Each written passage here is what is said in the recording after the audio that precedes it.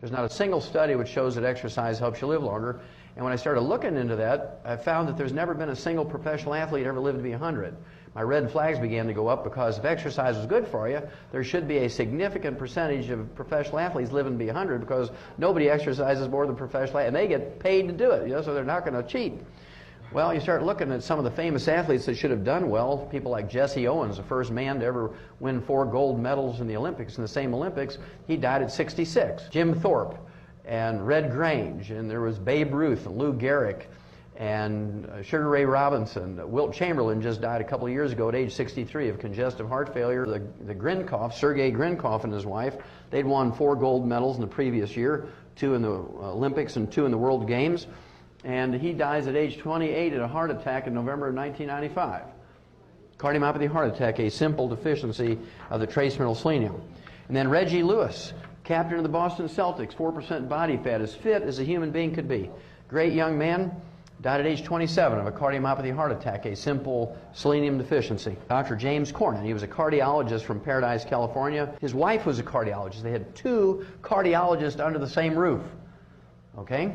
And they were exercise freaks. They didn't take any vitamins, minerals, and trace minerals because they believe you can get everything you need by eating your basic 4 food groups.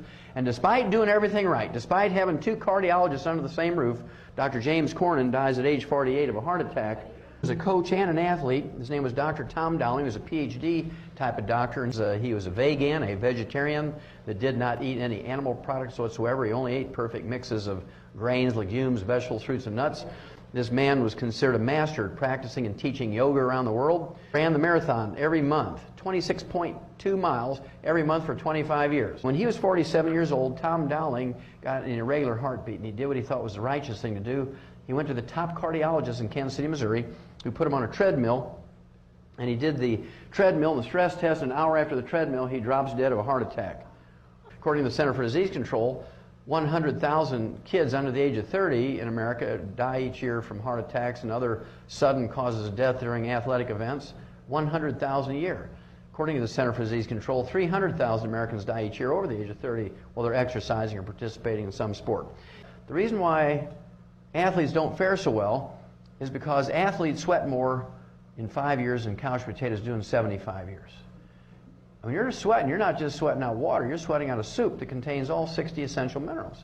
They're called essential minerals because if any of them are missing for any length of time, you get some horrible degenerative disease, many of which are life-threatening. So this is a no-brainer. Who's more likely to die of one of these life-threatening mineral deficiency diseases?